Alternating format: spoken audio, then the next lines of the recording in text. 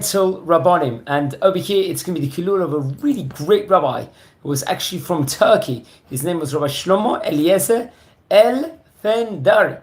Really, really great rabbi. His Hilul is here on Chaf Bet Yar. He passed away back in the English year 1930. He actually lived, Baruch Hashem, a long life. He was actually born back in the year, I believe, 1826. Hakam Shlomo was, and was one of the really great rabbis from Turkey, which we've spoken about. We've spoken about very much in a lot of videos. So we talked about what a great Kabbalist he was. He was a great rabbi. He was a Rosh Yeshiva in Istanbul, his native hometown also, and served later as a chief rabbi of Damascus, the Syria Vilayet, and also was a prominent rabbi in Tzfat, and also I think Beirut Vilayet also, which is very, very interesting also. He was known for his, let's say, he was very diligent with regards to his halacha, and was very, very, very strong rabbi in all aspects with regards to it. No compromising in many aspects. He's strict, orthodox rabbi, and really, really great rabbi. His nickname actually was a Sabah Kadishah. He was actually born in the area of Ottoman Constantinople. This was around the year 1826. Some actually quote to have said that was even as early as the year 1820. It was a very distinguished family he was born to, which were really great rabbanim and great Torah scholars. In fact, his father, Hakam Yaakov, Rabbi Yaakov, was a great Torah scholar also, and his grandfather was Rabbi Chaim ben Yaakov Alfandari, who was the author of a really great work called the Magid Mireshit. And his great-grandfather was Rabbi Yaakov ben Chaim Alfandari, who authored a book called the Mutsal Miesh. And his mother also, Rabbi Nitzchana, also came from very illustrious family also, so came from really, really great lineage. So let's explore the great lineage of the great Chacham also. It's interesting, as even when he was a youth, he had a very, very sharp understanding with regards to all the different great Torah subjects. And he didn't necessarily want to accept a rabbinical position or to wear the customary dress of the city sages at that while he was a young age, let's just say. He did agree to join the Va'ad Haruchani, which was the spiritual council of Constantinople. This was while he was younger, and accepted the position of a very prominent position to be the Rosh Yeshiva in Yeshiva, which the city's Jews actually founded for him, it was reported over. In the latter post, he taught many great Talmidei Chachamim, which includes Rabbi Chaim Hezkiah Medini, who was also well-known later as the Stay Hemed. Also, Chacham Hezkiah was the Stay Hemed and was a 19th century rabbinical Torah scholar also. While there were some troubleships in his life, his son passed away at a young age in Constantinople. And at a later stage, also, I believe, Chacham Alfandari's wife had also passed away also. And later on, then after that, he moved to Damascus. And obviously, he had the nickname the Sabah Kadishah. He left Constantinople to accept the position to be the chief rabbi of Damascus, which he was appointed by the an imperial decree in 1888. So it's very interesting. There he actually founded a yeshiva, which trained many, many students who became prominent rabbis and dayanim in various Sephardic communities across the whole region of his. Following his appointment, succeeding Rabbi Isaac ben Moses Abu Lafia, Rabbi Alfandari.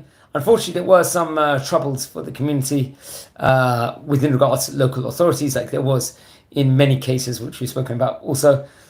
And what's interesting was that I think it worsened by the fact that he didn't specifically know Arabic or Ottoman Turkish, let's just say, which also was another factor within regards to that. And I believe there was a Young Turk Revolution back in the year 1908, and this resulted into more troubles with regards to the area, with regards to just difficulties that ran into it. And then later on, at the age of approximately 90 years old, he moved to Tzfat. He moved to, at the time, Palestine. then also it was a part of Ottoman Syria. At first, he lived for several years in the city actually of Haifa, but then accepted an invitation of the Torah leaders to Tzfat in the Beirut Vilayet to serve as the chief rabbi over there, which is a huge, prominent position, which he kept until the year 1918. So by that stage, he was really well into his mid-90s. And if we go by the early opinion, that he was born in the 1820s, which was, according to some opinions, he was close to 100 years old at that stage in time. Later on, he moved to Jerusalem, was already at a very, very senior age. And over there, he sought medical treatment. And many of the great Torah leaders over there, they really wanted to meet him up all the time. One of these great rabbis, Rabbi Ezra Atiyah, was his Hilula on Yud Tet Iyar, which at the time of recording, actually, it's his Rabbi Ezra Atiyah's Hilula today. I'm doing this video a few days in advance for the Hilula of the great Rabbi, the Sabah Kadishah. And no, Rabbi Ezra Atiyah actually later on became the Rosh Yeshiva of Parat Yosef. The Sabah Kadishah held Rabbi Atiyah in a very high esteem and would always stand up for him, actually, when he was visited. It was reported over. In 1925, Rabbi Alfandari, unfortunately at that stage, developed a very bad illness in Tiberias, and he was taken to the Shaare Tzedek Hospital in Jerusalem. It was reported over at that point. That was, I think, the beginning of the time when Shaare Tzedek, the prominent hospital, which is nowadays, was in Jerusalem. I think, if I'm not mistaken, he rented an apartment in the Mekor Baruch neighborhood in Jerusalem also, which was known as the Ruchoma neighborhood in those days. He had meetings and met with really great Torah scholars at that point in time, including Rabbi Tzvi Pesach Frank, who was the chief rabbi of Jerusalem, Rabbi Velvel Mintzberg, who was the head of the Ashkenazi community of the old Yishuv. There was also Rabbi Avram Weinberg of Slonim, who was actually the author of the Birkat to Abraham, and Rabbi Yitzchak Abu Chatzera, the brother of the Baba Tzali. He actually met up, was a great Torah sage in his own right also. Shortly before he had passed away, the Munkcha Rebbe, it's reported over, Rabbi Chaim Elazar Spira of Hungary, made a special trip to meet him. These were really great prominent rabbanim, how much he yearned to meet the great rabbi, the Sabah Kadishah himself. I believe in May 1930, it was reported over, he contracted pneumonia. He was treated, actually, the quote over here in this Wikipedia page, by Dr. Moshe Wallach of Shaare Tzedek Hospital. But as time went on, unfortunately, the illness got worse, and he passed away, reported over on the 22nd of Iyar. This was the 20th of May in the year 1930. We're talking about, from time of recording, 96 years ago. Actually, the Munkcha Rebbe was actually by his bedside. So his funeral was reported over to have been attended by thousands, as many students carried his casket all the way to the Har Zeitim, the Mount of Olives. And according to some reports, he was close to 110 years old. According to other reports, it was around 104 years old also, which is very interesting also. The Sabah Kadishah also stopped off when he was moving from Syria to Palestine to Beirut, also modern Lebanon also, where he was questioned a lot within regards to laws of Shemitah, and which is very interesting. He had his opinion on over there. It was reported over. He strongly opposed the Heter Mechira, which Israel's chief rabbinate had adopted to spare its farmers from loss. So that is very interesting also. He was, let's say, other things which he gave other, let's just say, other different halachic issues naturally forbade shaving beards, even using scissors or depilatory cream. What's interesting was that he held that scholars should have a beard. Very important for that also. There's a street in Jerusalem on which I believe Rabbi Alfandari Z'tl lived, which was named in his memory. It's actually interesting. Many people, great Rabbanim, visited his kebeh, his burial site, and they prayed over there in that spot, and many salvations, occurred over there also.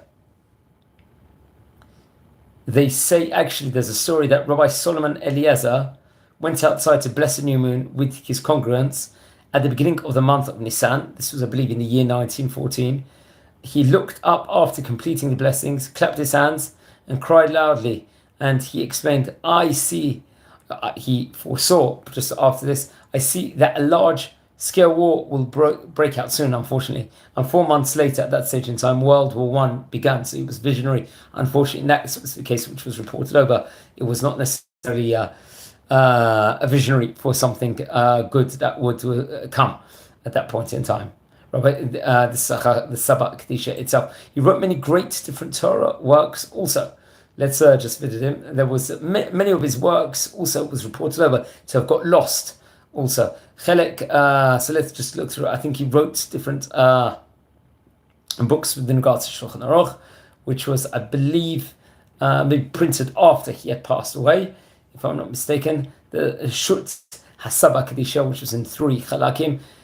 He wrote the Sefer Gedolei Eretz, also the Esa'enai, which is Haggaot Basufot al Sefer Marachet Divrei Emet, which was actually, I believe, from Rabbi Yitzchak Bachar David. He also wrote Kuntras on Limud Zochot, which was on Etrogim Morchavim, which and he also many other things. There was Haggaot al Shut Harashba, which was also another thing that he did. Now let's look at some of his students. Also, he had many great students, which we must speak about now. Also of the great rabbi. Also from his students included Chaim Shaul HaKohen Dweck, who is a great rabbi we have spoken about before. We dedicated a video about Rabbi Yisrael Be'er Odzar, also Rabbi David Zion Laniado. Also Rabbi Chaim Cheskia Medini, who we spoke about before, was Sidei Hamed. Harab Chaim Shaul Cohen Dweck, who I just mentioned just before. Rabbi Chaim Elazar Shapira, who was which we mentioned about before. Also Harab Yosef Chaim Sonnenfeld, who was the head rabbi of the Eidah Haredit. There was also Rabbi Yitzchak Nissim, who was another great prominent rabbi who passed away. Very great rabbi also, who was Rishon LeZion. Also, look at the stature of some of the rabbanim were huge. Rabbi Yeshayu Asher Zedig Marguliot, also Rabbi Yisrael Abu Chatzera. Wow, the Baba Sadi himself. Rabbi Chaim Elishvili, I think he was one of the great rabbis of Georgia. Rabbi Menachem Menashe, who we've spoken about before, another great rabbi, I believe, from Iraq originally, and also Rabbi Yitzhak Akrish, and there was many great rabbi also that he was a rabbi of, and it's his Hilula here on Chaf Bet Iyar at the moment. And please don't forget to light candles in a great Chacham's memory. He was really a great rabbi. And it's great to learn about the rabbis of yesteryear. Very important, I believe. And over here is the Sabbath Kadishah. Wishing you all a good day. I hope this was thought provocative. And please don't forget to subscribe to the channel. Don't forget to like the videos and watch more of the videos. Have a great day. Take care.